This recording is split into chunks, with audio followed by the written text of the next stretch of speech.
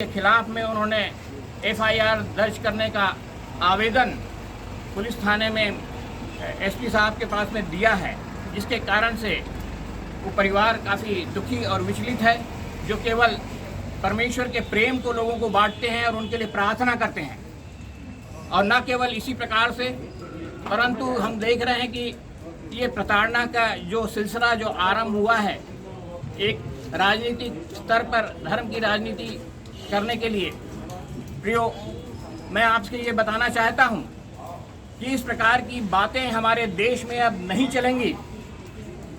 हमारे देश के संविधान को सारे लोग समझने लगे हैं।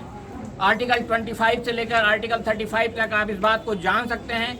हर एक व्यक्ति को अपनी इच्छा और अपनी मर्जी के अनुसार से किसी भी देवी देवता और किसी भी धर्म को मानने का अधिकार है, और इसी अधिकार के तहत हम मसीही अपने अधिकारों का उपयोग करते हैं और अपने परमेश्वर के पुत्र प्रभु यीशु मसीह का, जिसने हम पापियों के उद्धार के लिए अपने प्राण को दिया, हम उन पर विश्वास करते हैं। ऐसी कोई बात सामने आ रही कि किसी धर्म का लोग देखे लालच देखे, ऐसी कोई बात? देखिए, सुनिए, धर्मांतरण क्या है वो लोग तो जानते ही नहीं हैं। धर्म की राजनीति नहीं चलेगी, नहीं चलेगी, नहीं चलेगी। धर्मांतरण कभी नहीं किया जाता।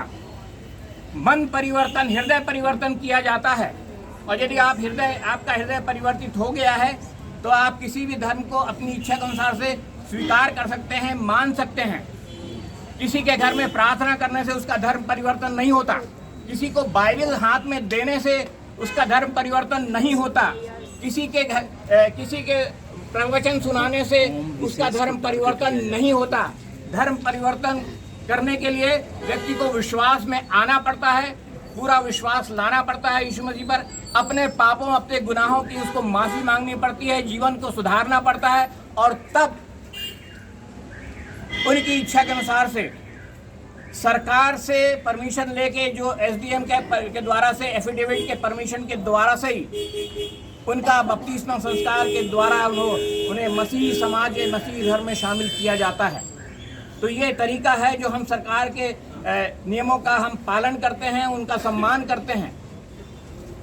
अनर्गल झूठे आरोप लगाकर लोगों को प्रताड़ित करना, यह बर्दाश्त के बाहर है। अभी आप क्या चाहते हैं? हम ये चाहते हैं कि जो आवेदन पास्टर ओबेद दास के खिलाफ में थाने में सौंपा गया है वो खारिज माना जाए, पहली बात।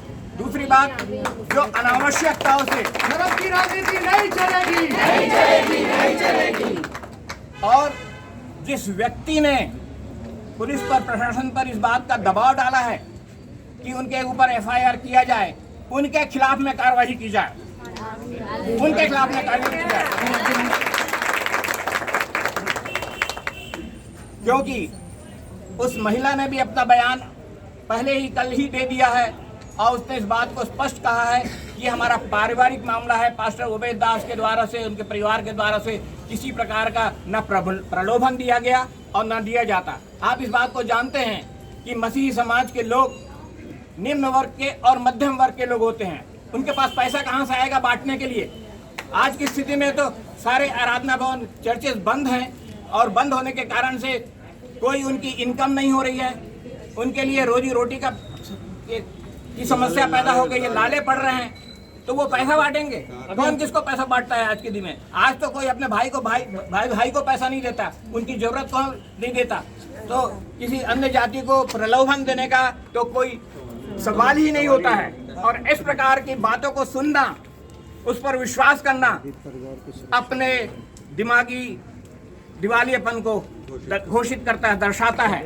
सो मेरा प्रशासन से और अधिकारियों से भी अनुरोध है, इन बातों पर ध्यान न दें और ना ही समाज इस बातों पर ध्यान दे, और हमारे पास्टरों की और उनके लोगों की सुरक्षा का वो उचित प्रबंध करें। यही हम चाहते हैं। अभी आपकी मांग पूरी नहीं करेंगे तो आप लोग क्या करेंगे? हम लोग प्रार्थना करते हैं। हम तो प्रार्थना करने वाले लोग हैं, लोगों को क्षमा करने वाले लोगों। हमारे प्रभु यीशु मसीह ने क्रूस पर चढ़ते हुए भी कहा कि हे पिता, ये नहीं जानते कि क्या करते हैं। वास्तव में ये जो लोग कर रहे हैं वो नहीं जानते कि क्या कर रहे हैं, आपकी मांगे पूरी नहीं करेंगे तो आप लोग क्या करेंगे? कॉन्स्टिट्यूशन पे जाओ।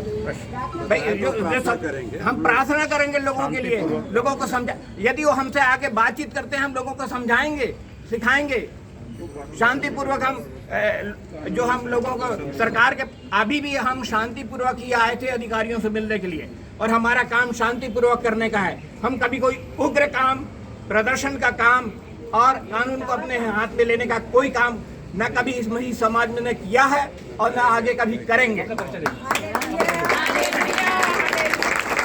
मेरा नाम पादरी प्रदीप कुमार दास है। मैं मेनोनाइट चर्च इंडिया का ऑर्डेन मिनिस्टर हूँ और भिलाई दुर्ग के पास्टर फेलोशिप का मैं अध्यक्ष हूँ और LIC